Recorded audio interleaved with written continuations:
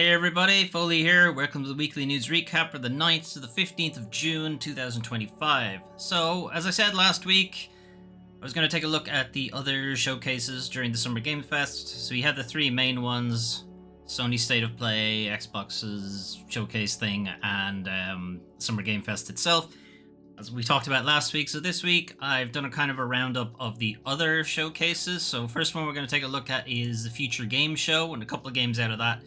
So this game is Fading Echo. On the looks of it, it is a kind of isometric, not exactly dungeon crawler kind of thing, but it's a bit of a hack and slash kind of thing, with some kind of platforming elements. And kind of the gimmick we're seeing here is this character who can transform into a water ball, I guess. I'm not sure if it's water or if it's goo or something else. But yeah, that seems to be the kind of main gimmick for the game. You run into them as the water ball. That seems to cause some kind of stun effect, petrified effect. And then I guess you can follow up with various attacks out of that. It seems to be some interplay with the environment, you know, going across lava and what have you turns you into steam. You can create bridges and stuff like that. If you're steam ball, maybe you can glide, possibly. Collecting objects when you are the water blob thing. And that kind of thing. Anyway, looks interesting enough. You can see at the bottom pre-alpha footage, so it's quite a ways off, I would think, before we'll see any kind of release date or anything like that for it. Anyway, that's Fading Echo. Then we have, kind of out of nowhere, an Expanse game. So this is The Expanse, Osiris Reborn. If you haven't watched the TV show or read the books, this probably doesn't mean a whole lot to you. Anyway, a lot of this trailer is CG. It is pretty cool, but none of it is gameplay, so I'm gonna skip ahead. From the looks of it, they're going for a kind of Mass Effect type game, which is pretty cool, pretty ambitious. This is from Owlcat Games, who are more specifically known for, more recently, Rogue Trader, but they're usually more known for kind of tactical and CRPG type games rather than, you know, third-person shooters, exactly. It's hard to tell now how much of this is CG. Anyway, into gameplay-wise, here, like, very small blast of gameplay, or what I assume is gameplay. It's still, again, hard to tell. Some of this might be bullshit. But yeah, it does have a bit of a feel of Mass Effect 2 to it. You've got the crouching behind cover, and it's sci-fi and what have you. The Expanse is typically billed as more of a grounded sci-fi, even though it's not exactly grounded, but it's certainly more grounded than most. Anyway, we only have a wish list now for that, and basically everything except the Switch. And then we got a doubler from Blumhouse Games. Blumhouse probably better known for their horror films. Horror film production company, most recently started a video game publishing company. So the developer is Vermila, but Blumhouse Games are publishing it. Anyway, this is Christoi, whatever. And I think it's going for a kind of Resident Evil Village thing. Not entirely sure where exactly it's set. It's probably like Eastern Europe, if I had to guess. And you got these weird, you know, Christian iconography and what have you. But clearly you're some kind of vampire as well. Maybe. I don't know. You have blood magic, I guess is probably the best way to look at it. You can see on the handle has like little spikes in it. And the shotgun also has spikes. And so everything has spikes. And you seem to use your own blood as ammunition, which is pretty metal. Yeah, so it's kind of got like a Resident Evil Village. Maybe Bioshock might be a little bit closer with the syringe and what have you. And first personness to it. I think that guy gets ripped apart. Anyway, that's what the audio suggests. Anyway, Christoi something of Idols. Is a Blood of Idols? That would make sense. Theater of Idols. Okay, anyway. Some stage this year. But no specific release date for that one. And then the second one, also Blumhouse, I think, is Sleep Awake, which is more of a It's probably a bit closer to a walking sim type game. But the idea is the horrors happen when you sleep, so you can't sleep. So you need to stay awake. But, you know, human beings need to sleep because we go a bit loopy when we don't get enough sleep. So that's kind of where they're going with this. Somnological Institute would suggest there's some sort of medical experiment gone wrong situation here. Anyway,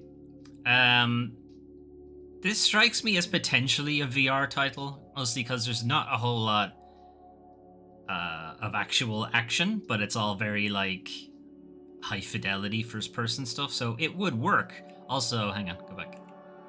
Dang it, I skipped it. Anyway, it's the writers, the same writer from Spec Ops: The Line. Spec Ops: The Line has a very good story, maybe not such a great sorry, it's the creative director from Spec Ops: The Line, not the writer. It's a very good story. Gameplay is a bit middling, but the story is very good. Anyway, see what comes of this. It certainly has a good aesthetic, so keen to check it out.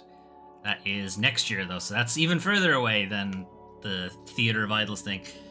Then we had Day of the Devs. Day of the Devs is a non-profit thing from, I think Double Fine started it, but they're only like a partner now at this point. I don't think they're still running the show. Anyway, kind of two games that I saw kind of stood out there.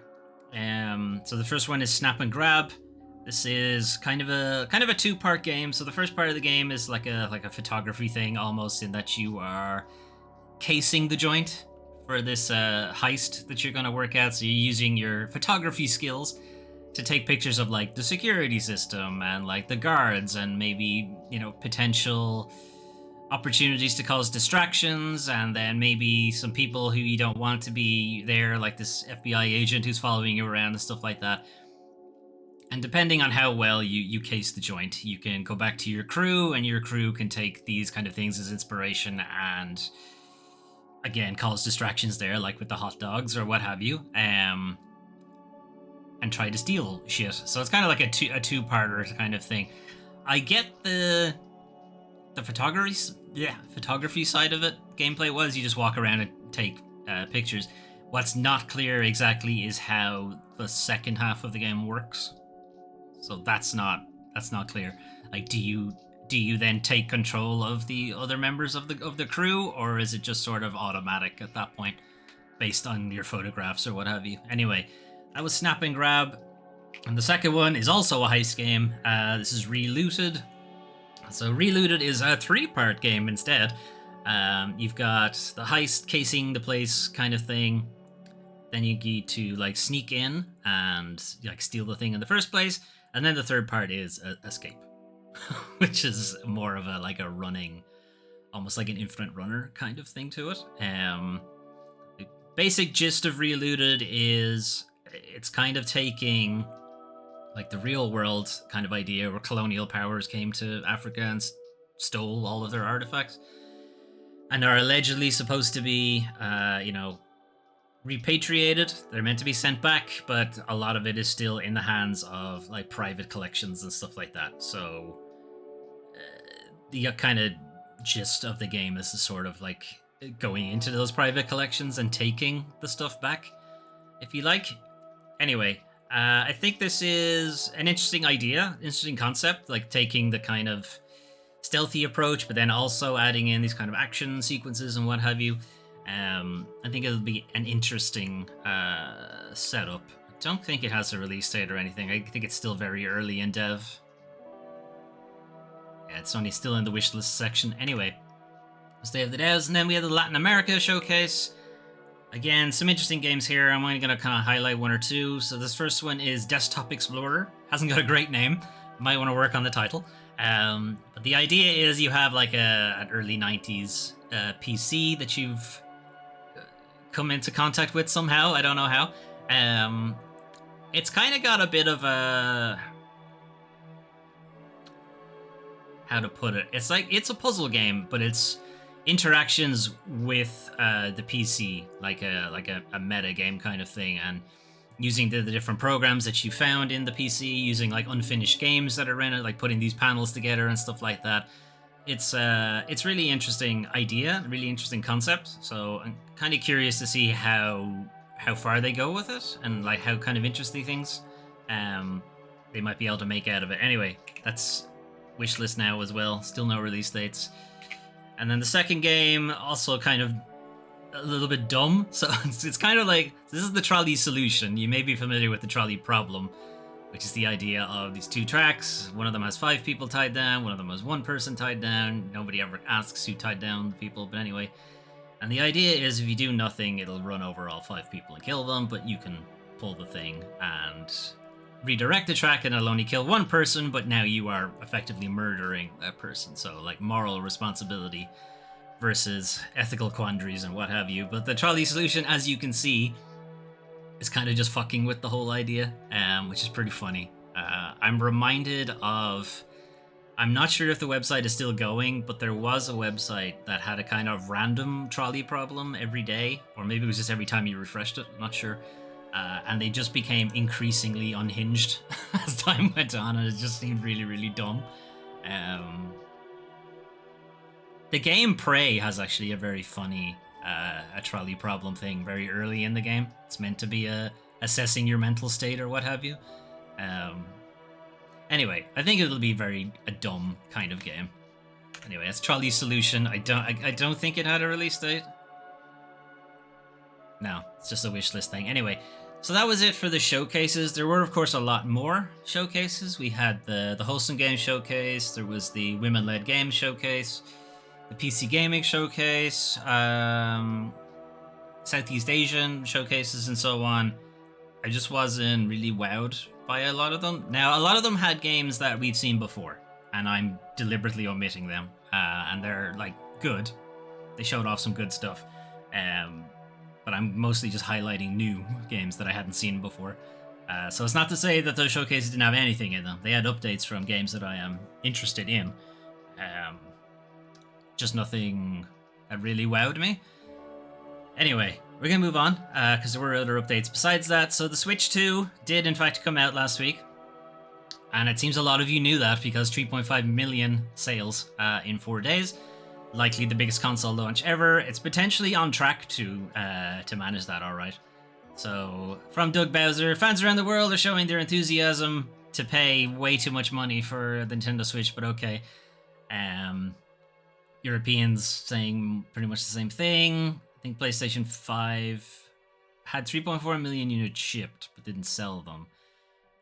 Sold 4.5 million units for 7 weeks, but of course the PlayStation 5 was notoriously low on stock, so that's kind of the issue with that. I think it's already beat the original Switch. I think it's what it's up against is probably the PS4. I think it has the highest one now. Thought it was in this article. Anyway, it's not. But yeah, my feeling, at least online, was that the Switch 2 wasn't like super hyped. Like, didn't think many people were going to get it, but then it sold a lot.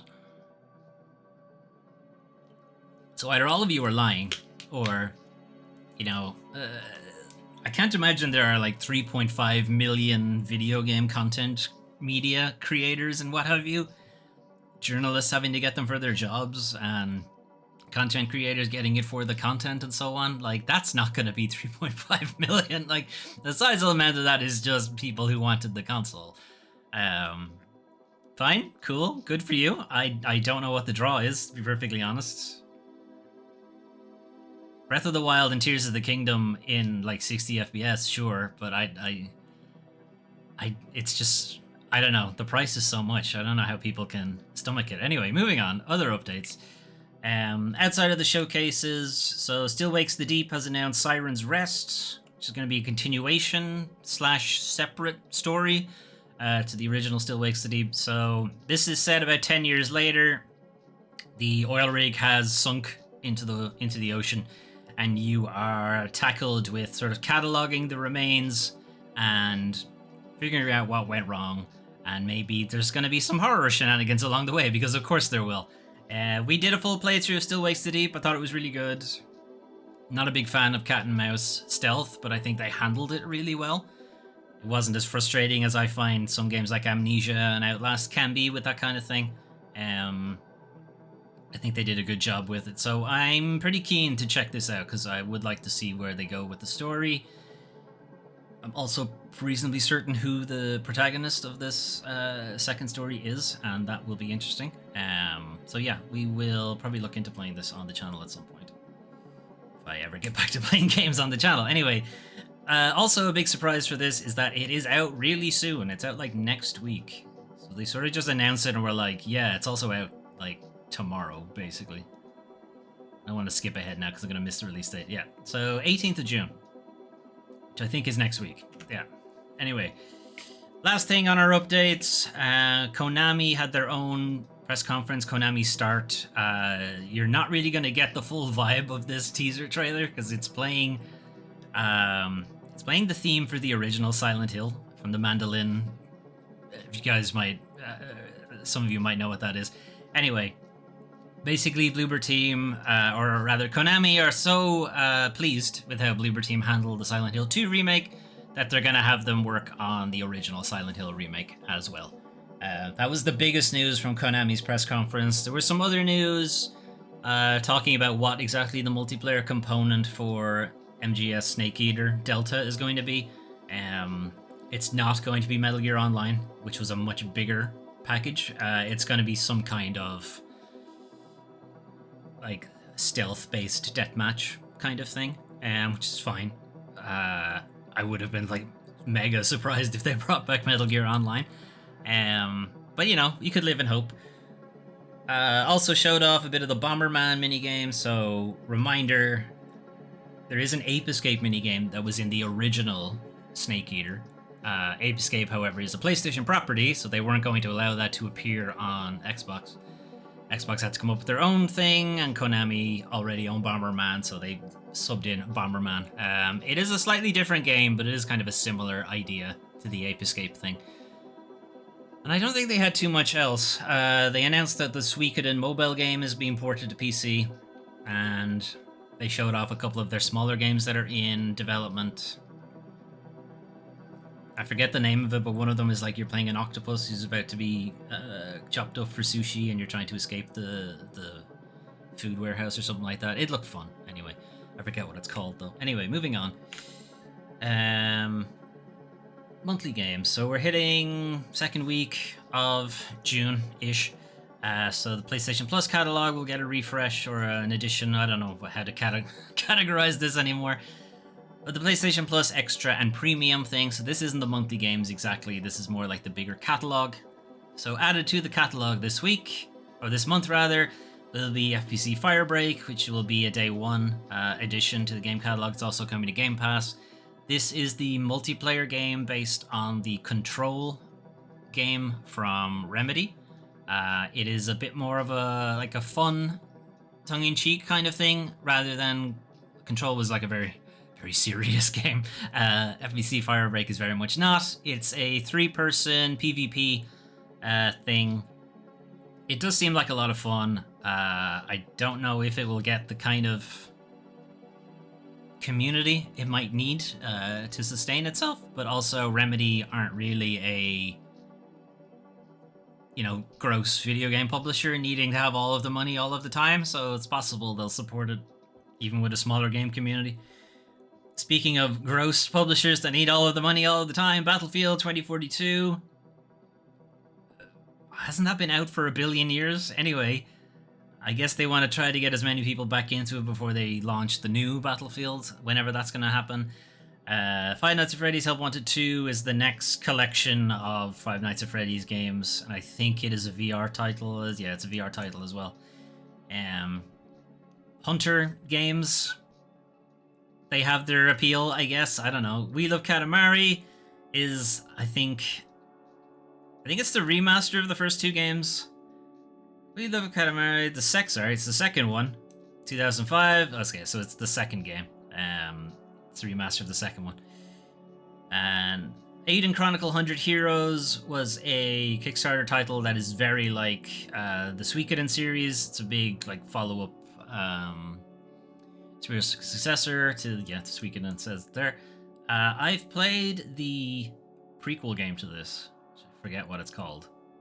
But I have been interested to play this one as well, so Annoyingly, I think I already own it. I think it's in my backlog, so I'm not gonna get to get the discount, I guess, from having it on PlayStation Plus. Trains, train sims, endless dungeon, I guess is probably what it sounds like. Roguelite, tactical action, and tower defense. No, thank you, please. Deus Ex: The Conspiracy going to PlayStation Plus Premium. This is the PlayStation 1, no, PlayStation 2 version of Deus Ex, the original one. I don't know how it plays on controller, because that game has got a lot of keyboard shit to it. I mean, I don't know how well that plays on controller, honestly. Anyway, what a blast from the past that one is. Good game. Clunky as fuck, though, so, you know, you guys, modern gamers may not be as enthralled with it as I was. Anyway, moving on. Those are some of the games you can play soon. What if you wanted to play something right now? You can play The Alters. So The Alters from 11-Bit Studios is kind of a base management game. You're this one scientist who's been marooned on this planet. All of the people who were supposed to be on the planet with you on this science experiment have all died, and it is now up to you to sort of try to not die. And you cannot do all of that by yourself. You find this mysterious substance that allows you to clone yourself, and you make clones that are better suited to the different missing team members, we'll say. So you find one who's like a doctor, you find one who's like an engineer, you find one who's like etc, etc, but they're all clones of you, and they all have very slightly different personalities, or wildly different personalities in some cases, and you're having to make them all work together, and maybe they don't all work together too well, and so on. There's a lot of different like branching paths, branching storylines, stuff like that, all while trying to maintain survival of everybody on the planet. Anyway, that's The Alters, getting some pretty good reviews as well. Speaking of not getting some very good reviews, Mind's Eye is not doing great. Anyway, Mind's Eye is from one of the creators of GTA who branched off from Rockstar Games to do their own thing. This has been their first thing since GTA. It has released in a piss poor state, I think is the best way to put it. Is it quite Cyberpunk 2077 levels? No. But it is being subjected to what they call it, refunds from the PlayStation Store. At least I don't know if Xbox and Steam are doing the same. Steam already has a policy for free refunds within X number of hours. Yeah, it's quite broken. Animations don't play properly. Driving into people makes them spaghettify and stuff like that. It's Assassin's Creed Unity, where, you know, that have that horrible face where you can only see the eyeballs in the mouth and stuff like that. That hasn't been great. But then on top of that, the game itself is pretty boring. It seems to be the gist of most of the reviews. It is pretty bland. Fucking PS2 level shooter. Like, it is very much a throwback to the like GTA clones that came out in and around GTA 3 San Andreas time and stuff like that, where almost everybody was trying to make a GTA clone and didn't understand what made GTA fun. It's got an open world that it doesn't know what to do with, and lots of other problems. Anyway, it seems to be a big don't buy this. Don't buy this game. Anyway, moving on. Dune Awakening has entered early access. This is a survival game, sandbox survival game based on probably the films more than the books, anything else. I'm not really super into survival stuff, and I'm not really into Dune exactly, but I kind of feel like it's something I should be into, considering all of the things it has influenced in like sci-fi and all of those things I'm very much into. So it is, I don't know, there's something about Dune I don't like. I don't really know what it is. Anyway, we'll have more to talk about Dune in later in the show. I was gonna say, Stellar Blade, it's gotten a PC launch replete with photo mode and so on. So this is another previously PlayStation exclusive game making its way over to PC. General reviews of the kind of the performance and so on. Seems like it's a pretty good port. It's a pretty solid port of the game. A lot of the additions that came to PC, or sorry, with the PC launch, are going to make their way over to PlayStation as well, or have already made their way over. Not entirely sure. As you might imagine, the mods for the game are they're what you think they are, and it's like 50% of the mods are exactly what you think it is. Anyway, moving on. That's not the only port, remaster, what have you. This is a remaster of the original Warhammer 40k Space Marine. It's a pretty solid third-person shooter. It's not amazing. It's not terrible. It's it's somewhere in the middle. It's decent. And it might be something for people who had a lot of fun with Space Marine 2, might want to go back and see where the story started and so on. It's not as good as Space Marine 2, let's just get our expectations in line here. Anyway, it's decent. It's a decent game. It's not available on PlayStation. I think I mentioned this when it was announced the first time. I don't know why. But it seems to be just Xbox and PC for some reason.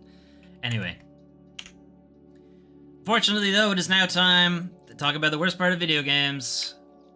Video game industry. So, the SAG-AFTRA strike, the voice actors strike, the video game industry is over. They almost made it a full year. So, SAG-AFTRA has mentioned that they have reached a tentative agreement with major game studios. They've been on strike since 26th of July of last year. Looking for better working conditions and protections from generative AI stuff. So they have been striking basically against like Activision, Disney, EA, Epic, Warner Brothers, a couple of others. Insomniac, PlayStation are in there as well. And for a while, it seemed like nothing was going to shift. Like, it seems like they weren't making any headway. Even like a couple of months ago, March, we were hearing that the last proposal that the bargaining group made is still filled with alarming loopholes that will leave our members vulnerable to AI abuse. They sent back a rebuttal that tried to close a lot of those loopholes, and the last we heard of it was that there was effectively a stalemate. But that seems to have lifted. There's a tentative agreement that puts in place the necessary AI guardrails to defend performers' livelihoods in the AI age, alongside other important gains. This is from SAG-AFTRA itself. So they seem happy enough with whatever this agreement entails. We don't know the full details of it just yet, because it still has to be ratified by the union and so on. But the strike itself was suspended. So suspended on the 12th of June. Members have been instructed to go back to work, basically. So instructed union members to return to work on productions under the Interactive Media Agreement. That's the important part. Not all game publishers, game developers are using this agreement, but this is effectively the newest union contract and will be based on whatever this tentative agreement is. This will effectively replace it. There have been some productions that were using an interim Interactive Media Agreement, which was effectively, this is what the union wants, but it hasn't been officially agreed to, yes. But people were free to work on it if the particular production agreed to work on it. Now, I say production rather than publisher, rather than developer. It's the specific project that you're working on, like the specific game, in this case. Under that agreement, they were allowed to work on it, but if they didn't, then they weren't allowed to work on it. Union rules. All SAG-AFTRA members are instructed to return to work on productions under the IMA, including work promoting or publicizing projects produced under the IMA. So, the strike is over for now.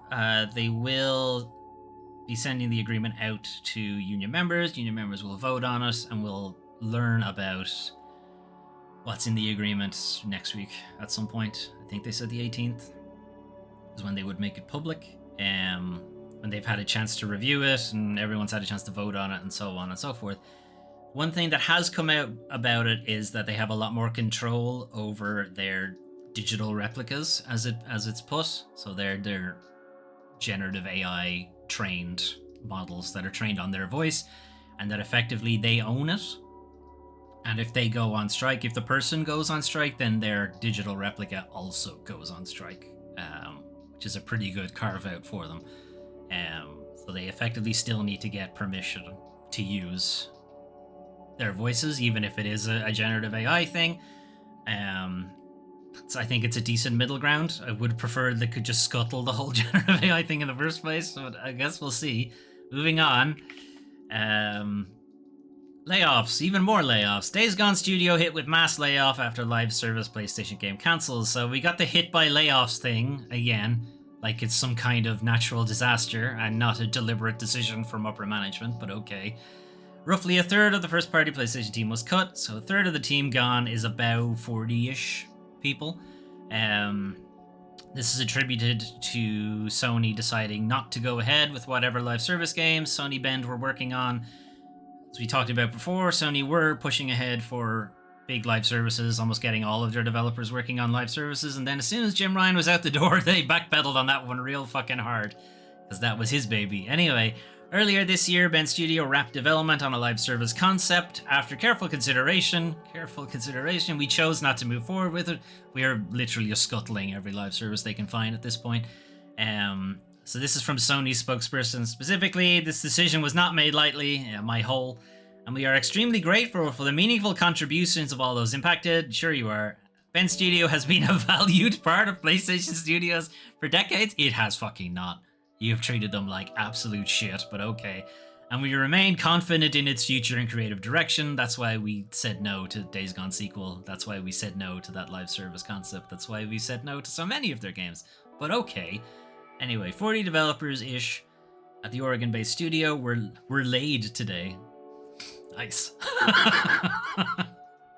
Okay, laid off, presumably. Anyway, amid a purge of some internal live service projects. So Sony Bend Studio laid off a bunch of people today. It's from senior animator Robert Morrison, and I was part of the layoffs. I did my best. Hopefully I can find a new team to join. So somebody being thrown under the bus for something that was not their decision, the whole live service push. Jim Ryan got a golden handshake and several million, and he resigned. This guy just gets to lose his job. Anyway, Sony Bend, better known for... It says best known for Siphon Filter. I don't think that's true anymore. I don't know how many people remember Siphon Filter. It's certainly not new gamers aren't gonna fucking know what Siphon Filter was, because Sony's done its best to bury it. Then they went on to work on a bunch of handheld ports. They did a bunch of stuff for the PSP and the PS Vita. Uncharted Golden Abyss, I think, is their game on the PS Vita. And then they made Days Gone, which I would probably argue is the game they're better known for now, but didn't review as highly as some PlayStation exclusives, but still sold well. Not well enough, though. And they haven't released a game since. I mean, that's a bit harsh. It was only 2019, I think, was Days Gone. And then you got them fucking working on a live service piece of shit, so... I mean, it's not exactly surprising. Anyway, the Bend Studio cuts are the latest self-inflicted wound of a PlayStation 5 generation live service pivot that's left Sony conspicuously short on big first-party blockbusters. Which is, I think, something that is pretty self-evident, but it is something I mentioned ages ago, that their whole push for live service and then their whole push away from the live service means they've got effectively fuck all to put out to market right now. They've got nothing. Anyway, moving on. And even if they did go ahead with their live service thing, the only thing they'd ever be putting out to the market is updates to their live services. Like, no. I said moving on. We're moving on. I'm not getting into this hole again of being fucking browbeating Sony for this stupid decision. Anyway, speaking of stupid decisions, after overseeing thousands of layoffs and numerous studio closures, Embracer CEO Lar Wingfours is stepping down. Now? Now is when he's stepping down. Not before all this shit, or when all this shit happened. No, now. Now is when you're doing it. Okay. Anyway, Lars Wingfours, Embracer CEO, oversaw thousands of job cuts and a significant number of studio closures, is now stepping down from his role as CEO. Oh, don't worry though. He's not parting ways with Embracer entirely. He's now become the executive chair of the board. That feels like a promotion. I know technically, like, members of the board aren't technically employees, so he's kind of left the company, but technically... Or, sorry, he's technically left the company, but not really, because he's chair of the board. Anyway, I don't really know how that level of management works. Anyway, Lars had this to say, "Well, the road has not always been straight. I am incredibly proud of the achievements made possible by our talented teams, which have created some incredible experiences for gamers." You're proud of something you didn't do. You're proud of taking credit despite you making your best efforts to fuck over all of these creators. That is some fucking gall right there. So proud of your work, guys. As he literally stabs you. He doesn't even stab you in the back. He stabs you full in the face. "This new phase allows me to focus on strategic initiatives. Mergers and acquisitions." Again? Really? More? More mergers and acquisitions, because that went so well last time. "Capital allocation, ensuring Embracer's continued growth and success." There's some asterisks and citations needed all over the place here. "I am more convinced than ever that the best is still ahead of us." Well, I mean, that can't be too hard. You're pretty much at the bottom right now. "This new phase allows me to focus on strategic..." And what was he working on before? This is the shit he was doing before that. And even then, I don't think the chairman of the board does this stuff. I think he just says yes or no, basically. Anyway, with him stepping down, Phil Rogers is going to be taking over the CEO role. He's currently deputy CEO and CEO of Crystal Dynamics. Pick a job, my guy, but whatever. Crystal Dynamics also not doing particularly great. They've had a bunch of layoffs recently as well.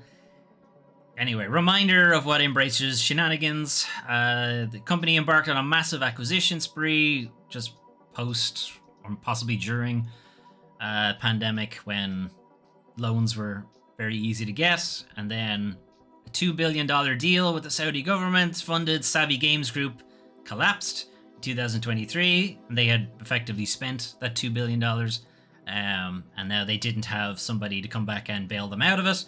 So that saw thousands of employees lose their jobs, substantial numbers of studios were divested or outright closed, we lost Volition. A lot of that had to do with the ill-fated Saints Row reboot, but still, Volition were a very good developer. Losing them was not particularly great. Free Radical Design, who were working on a new Time Splitters, they were shuttered. Gearbox was sold off to Take-Two. Saber Interactive bought themselves out, and then Eidos and Crystal Dynamics were merged. But they also had significant layoffs because of that merger, and then recently for, I don't know, for fun, I guess. Anyway, yeah, I'm very proud of all of the damage I did to all of those people's lives. Thanks for giving me a new job where I make less, where I have less responsibility, but I make more money. Great, thanks. All right, speaking about very poor management. So this is a lengthy enough article from Jason Schreier talking about Dragon Age Veilguard and its development and why it took so long to come out and so on and so forth. We can basically just say they did Anthem again. They did Anthem on the thing. I don't know what's going on with this. Failed to render body of article. That's not useful. There we go. That's better. No, failed to render body of article. Okay, Bloomberg's having fun. Oh, I can't take you through the whole article then. You gonna stop? Is it just the AI fucking Gen AI thing that's fucking the whole thing up? Because they have this stupid thing, and I bet that's what fucking... Anyway, alright, we're back. So, Dragon Age the Veilguard was released, didn't sell as well as EA were expecting it to. I don't know why they were expecting it to sell so well. It's been 10 years since the last one, and everything in the marketing suggested it was not going to be the game anybody wanted. And as it turns out, the background dealings suggested that was always going to happen because you fucked them around so badly. Anyway, a lot of it can be attributed to poor management. This is a free article from Bloomberg. Bloomberg is normally paywalled, but if you use this link, you'll be able to read the whole thing. Anyway, so the issue they had when Dragon Age Veilguard was coming out is that they were coming off two back-to-back failures. So they had Anthem, which was a very bad game, and they had Mass Effect Andromeda, which is also not a particularly great game. It's fixed somewhat with like post-game support, but Anthem, there was no fixing Anthem, really. Anyway, Dragon Age Veilguard only reached 1.5 million players, which is pretty good, but it's not EA blockbuster levels of good. So they lowered its sales forecasts. EA laid off a bunch of people from BioWare, moved a couple of people to different divisions, permanently transferred many of the remaining workers to other divisions. Interviews with nearly 24 people who worked on Dragon Age: The Veilguards kind of attributed to a lot of different things: bad marketing, poor word of mouth, 10-year gap since the last game, but mostly it is the rebooting of the product from a single-player game to a multiplayer game and then back to a single-player game. Good job, EA. Way to stick to your guns. Anyway.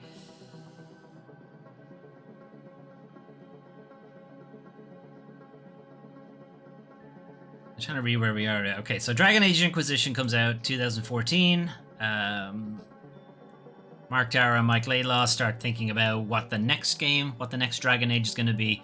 They wanted to make something that was much smaller in scope. Dragon Age Inquisition was like almost a pseudo MMO. It was so fucking huge.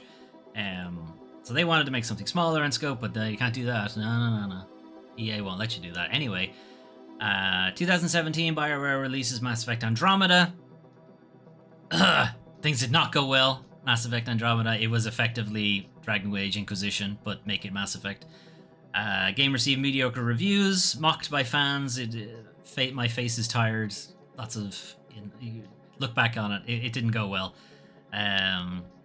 Anyway, disappointing release. The head of BioWare at the time stepped down. Casey Hudson came back. He was a former Mass Effect guy. EA's executives were growing increasingly enamored of so-called live services at around this time, so they started pushing Anthem, effectively. So they pushed a lot of BioWare's team to go work on Anthem shortly after Mass Effect Andromeda came out. Then later on, in 2017, in October, Mike Laidlaw summons his colleagues. I'm going to read this one verbatim. Laidlaw summoned his colleagues into a conference room and pulled out a few pricey bottles of whiskey. The next Dragon Age sequel, he told the room, would also be pivoting to an online live service game. A decision from above that he disagreed with. He was resigning from the studio. We're not celebrating with this whiskey. This is commiseration whiskey.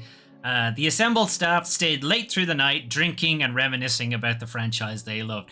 They had a fucking wake for Dragon Age when they heard it was going to be made a live service game. Just think about that. They were so against the idea. So against the idea that the creator left the studio. Like, the rest of them, you gotta keep your fucking job, right? They clearly didn't want to do that. Clearly didn't believe Dragon Age should have been a live service piece of shit. Anyway. Mark Dara, also a co-creator. I wish that pivot had never occurred. EA said, make this a live service. We said, we don't know how to do that. We should basically just start the project over. But they weren't allowed to start the project over. They had to just keep going. A tiny team began pushing ahead on a new multiplayer version of Dragon Age, while everyone else helped out to finish Anthem, which obviously did not go well. There's been many postmortems about Anthem. Feel free to read back on some of them. There's a link to even a good one there as well. Anyway, Goldman pushed for a pulpy... Matt Goldman, former art director. Goldman pushed for a pulpy, more lighthearted tone than previous entries, which suited an online game, but was a drastic departure from the dark, dynamic stories that fans loved in the fantasy series. The Dragon Age games are not known for their sarcasm, sardonic, irreverent tone. Very much not. They're grim. They're grim games. But yeah, grim dark doesn't necessarily suit like an online live service thing. Think about... There really aren't many. In fact, I can't think of any off the top of my head, live service games that take a super serial, it's the end of the world. I mean, a lot of them have, it's the end of the world things going on, but they kind of play it for laughs in some ways. Fortnite is obviously a very cheery game. Overwatch is very bright and colorful, and even Warcraft is... I'm not necessarily talking about the aesthetics, but I never got the feeling of like grimdark from it. Anyway, we're seeing that with like FBC Firebreak, which is obviously taking a more of a comedic style to the Control IP, Control universe, which is a very serious game. So yeah, I can see why the tonal shift is a problem, but I don't think we have we don't have a worry that there won't be a Control 2. We know there will. So having this kind of side game multiplayer thing is fine. If it's something to keep the lights on or whatever for Remedy, you know, pay some of their bills, what have you, while they work on other things, whatever. But the idea that the next mainline game, like if you were to then say Control 2, the sequel, is going to be this FBC Firebreak thing, I think people would be pretty pissed. But this was effectively what they were saying, that the next Dragon Age is going to be a live service thing. If they were to say the next Mass Effect was going to be a live service thing, people would be so fucking pissed. But they were fine doing it to Dragon Age because EA doesn't give a shit about Dragon Age. Anyway, 2019, BioWare releases Anthem. Things go really well. Players demanded to know why a studio renowned for beloved stories and characters had made an online shooter with a scattershot narrative. That was a resounding question. It's like, why the fuck are BioWare making a live service thing? This is not what they do. Why the fuck are Rocksteady making Suicide Squad, Kill the Justice League, and so on? All of these. Why are all of Sony's first-party single-player developers making live service games? Keep asking that question, because it's the same fucking idiots making the same mistakes. Anyway, I'm not going to read out the whole article to you guys, but it does go into more of, like, why these were all mistakes. Dragon Age was known for its tactical combat stuff, but now this live service thing would be real-time action. Important characters couldn't die because they had to persist for multiplayer reasons. So there's no stakes in this game that was very much known for its high-stakes stuff. The BioWare employees scoffed. They were just making Anthem with dragons. Then the pandemic happened. They lost a few more people. Dragon Age was going back to being a single-player game now for some reason. We need to get back to what we're really good at, but they weren't allowed to get back to what they were really good at because they had a very short amount of time to turn it. This game that they assumed was going to be a live service multiplayer thing, they had about a year to turn it into a single-player game. And I think it's obvious when you play it. They were given a year and a half. Aim to hit as wide a market as possible. This is the last thing I'll talk about in the article. And mostly because he doesn't really go into it.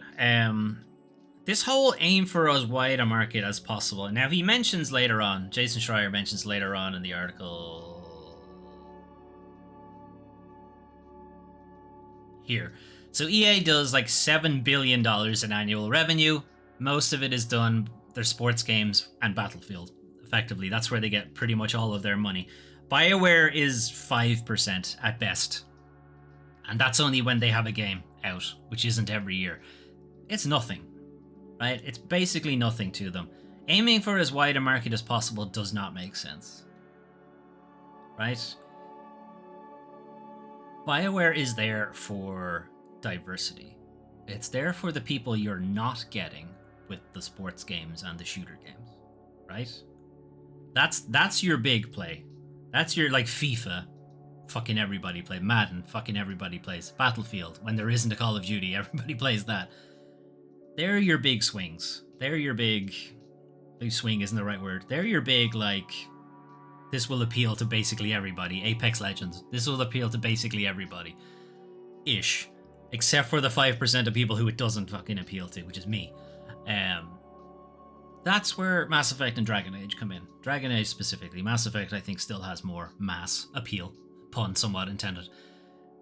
Why you would have them aim for as wide a market as possible, I don't... You're not going to make anything more, really. 5%, it's nothing. Even on a good day. Even Mass Effect 2 sales, it's still nothing compared to the others. So I don't get this trying to go for broad appeal thing. This is just to capture the people you didn't get in the big fucking net that is FIFA and Battlefield and Apex and so on. Anyway, that's also a reason for why EA could potentially close BioWare, because they don't, again, it makes them nothing, effectively. The reason for keeping them is it's effectively their only means of growth. Because they're not really getting more people with FIFA or Battlefield or whatever. Whereas they do have the chance to pull in other people with good single-player games, you know, capturing a bit more of the market than they ordinarily would, and then it potentially bringing them into their other games. Because they have a more diverse potential for story. There's only so much story you can tell with FIFA. And for any reason, that's effectively why they might keep them around. But as pointed out by another market analyst here, it's been over a decade since BioWare have produced a hit, and at this point they have 3 duds, effectively. I don't think Veilguard is necessarily a dud, it just didn't do as well. Andromeda and Anthem were definitely duds. I don't think Veilguard's a dud, necessarily, but it obviously didn't do well enough. Anyway, that's a very good article from Jason Schreier, so check it out yourselves when you have a chance. Moving on, the last thing we're going to look at, community things. So I did say we get back to June Awakening. So it has only just hit early access this week, but people have already found a game-breaking... it's not a bug, but I feel like it probably should be. So Dune Awakening PvP is being dominated by one busted technique, crushing people with helicopters. Fantastic. So this Ornithopter, I think is what it's called in Dune world. Ornithopter, there it is. So anyway, players are trying to figure out which weapons and strategies are the best for taking out their fellow man, and they have discovered a busted technique that's pretty strong. So strong that the developers are stepping in to fix it. Anyway, repeatedly landing your Ornithopter onto someone until they die. You might think, okay, that's a bit extreme. Isn't that going to damage the vehicle or whatever? No. Landing on a player doesn't damage the vehicle in any way, which seems like a pretty big oversight. Anyway, there's a pretty funny video here. It was posted on the Dune Reddit. We have this guy, and we have this helicopter comes in, kills him. They let him revive. He runs off, and I think he gets stomped again. He gets stomped again, dies, let him revive. They could kill him again there, but they don't. They wait for him to revive. And then, and then they drop it on him again. Anyway, there's a bit more to that. I think a second helicopter shows up after a while, and they're just stomping him out of it. It's obviously very frustrating, but also very, very funny. Anyway, Funcom CCO Joel Bylas dropped into the Reddit chat to basically say, yeah, sorry about this. We have people working on fixing the Goomba stomping ASAP. So yes, it is also quite funny. But yeah, that's a pretty significant oversight, really. Especially for a survival game. I would have expected a survival game would have vehicle damage, just flying into the environment. Never mind landing on a person. I guess I'm just trying to think, because they're quite, if they ram into the guy but don't hit anything, I guess you have a loophole there. But if they hit the ground with the helicopter at high speed, that should demolish the fucking thing. But at the moment it doesn't. Anyway, it's still early access. This is effectively what early access is supposed to be for, so benefit of the doubt on that one. Right, we'll leave the altars to loop. Anyway, that is your news from the 8th to the 15th of June 2025. I did tell you it would be a slow one, just after Summer Game Fest. So some things out of the different showcases. Again, I just picked out some of the games that I didn't know about beforehand, and liked the look of. There could be plenty of more games that you guys might be interested in that I'm not interested in, or games you didn't know about that I already knew about, and so on. It's still some encouragement to check out some of the showcases. The Future Game Show had a lot of interesting games. The PC Gaming Show was a bit of a letdown.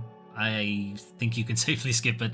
Day of the Devs had some really good indies. Again, it's just I knew about almost all of them. That's all. I forget what exactly. It's one of them that was green gaming or green core gaming or something like that. That was meant to be for developers who have environmental, climate change goals for their games, or trying to make games that either promote a good environment message or developing their games in such a way that it's lessening the impact on the environment. Something like that was meant to be the gist of it. And all of the games were AI things. Like, there's a substantial amount of them were generative AI shit, and then a great many of them were like farming tycoon, fucking any kind of mobile game you've seen that has that kind of farming thing. Like those, even the like the mobile game ads, those games. It's hard to tell how many of them were actually games and how many of them were different games. I mean, you could look away from the screen and look back, and they'd be talking about a different game, but it looked like the same fucking game. Anyway, it's kind of quite blatant greenwashing going on there. I think the whoever runs Green Core Gaming, whatever the fuck it was called, needs to take a look in the mirror and maybe decide if this is really what they want their thing associated with. Anyway, otherwise, most of the other showcases were pretty good. They at least had one or two games that were interesting. Elsewhere, the PlayStation Plus game catalog is, I mean, it's decent enough. Firebreak might be fun if you're into that kind of multiplayer stuff. I'm not really, so it's not for me. I do want to check out Eiyuden Chronicles. I've been trying to make time to check it out, really.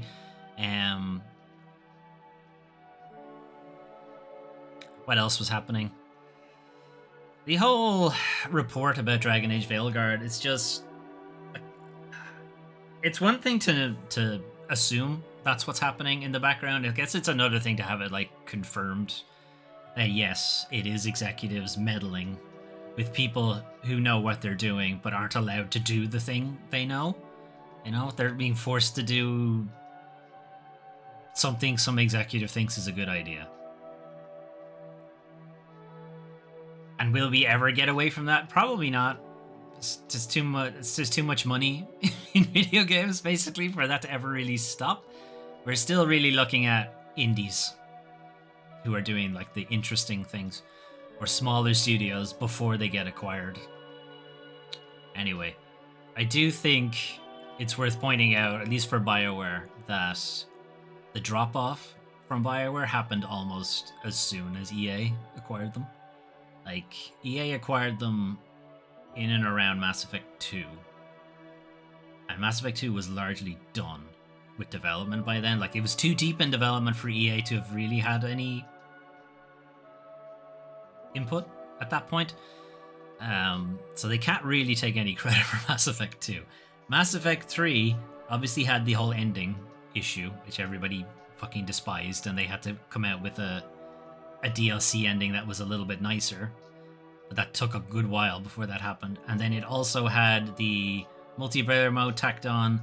It had this weird, like, what do you call it? Partner app experience or whatever. The Galaxy at War thing, where you couldn't get the full ending if you didn't have the stupid Galaxy at War thing at 100%. And that was an app that only worked on the iPad. That's fucking useless. You know, the vast majority of Europe are on Android devices at the time. Like, iPad was very expensive. Still is very expensive. But no, this seems like a good idea. Okay. And then, of course, Anthem, Mass Effect Andromeda, Dragon Age Inquisition, which I know won Game of the Year, but it really fucking shouldn't have won Game of the Year. Anyway, and now Dragon Age Veilguard. Like, I think EA is the touch of death. We kind of already know that, but it's very obvious with BioWare. Like, their work dropped off pretty much immediately when they were acquired. You could also argue that it's also when the two founders of BioWare left, because they left with the acquisition, so that could also be the reason. They just didn't have those guys in charge anymore. Anyway, we have Days Gone devs getting laid off. I mean, it's shit, and is unfortunately expected, because the people who make those decisions aren't going to lay themselves off. But yeah, this is why the tech industry in general, software engineers more specifically, I guess, need a union, because they don't have one. It's still a very, I know, like, computers have been around for a long time kind of thing, but in the grand scheme of like other industries, like dock workers, engineers, doctors, medicine, like any of like other work industries that have unions, they've been around for centuries. The tech industry doesn't even have 1 century yet.